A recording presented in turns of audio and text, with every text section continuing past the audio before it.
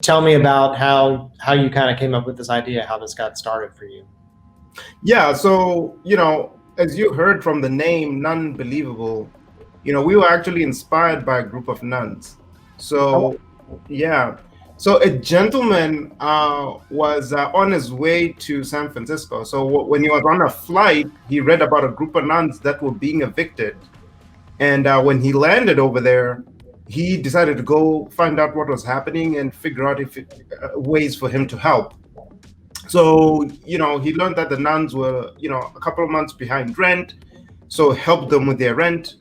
And then called a few friends and they were able to sort out their housing situation. But through this, they realized that the nuns were baking cookies and selling the cookies at farmers markets and using part of the proceeds to support a soup kitchen to feed people. okay. Yeah. And in that moment, the gentleman was like, you know what? Why don't we create a brand and really take what these nuns are doing, to the next level? Because, they weren't really thinking about going to retail. They were just happy with, the farmers markets. So that's how the vision came about. And how I got involved is I actually used to work for a company called Newell Brands. They're based in Atlanta, their headquarters. Yeah. And while I was there, I used Just to around the corner run. from them. So yes, I know what you're talking about. Yes. Yeah. So when I was there, when I got hired, my role was to come up with transformational businesses. So one of the businesses that I launched was a food meal delivery service under the Crockpot brand. So, we created a business called Crockpot Cuisine. So I was able to have a lot of experience within the food space and also selling it online.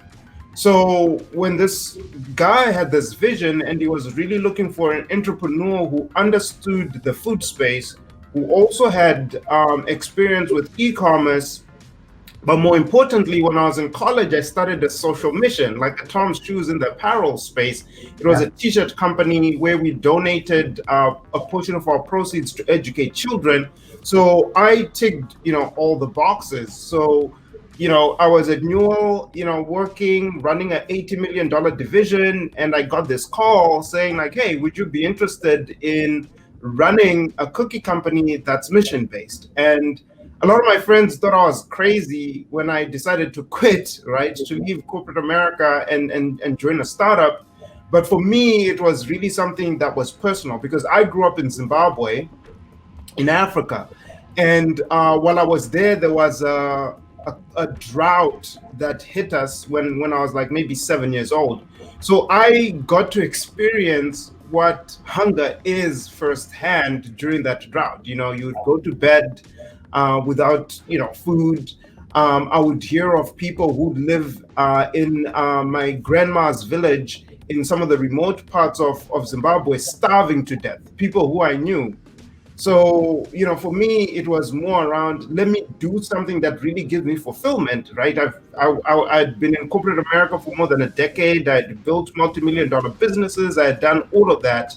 But here was a unique opportunity for me to really apply all of this knowledge that I gained in really doing something that made a difference. And when I also started reading about some of the statistics about the hunger crisis in the US, for me, it was startling, right?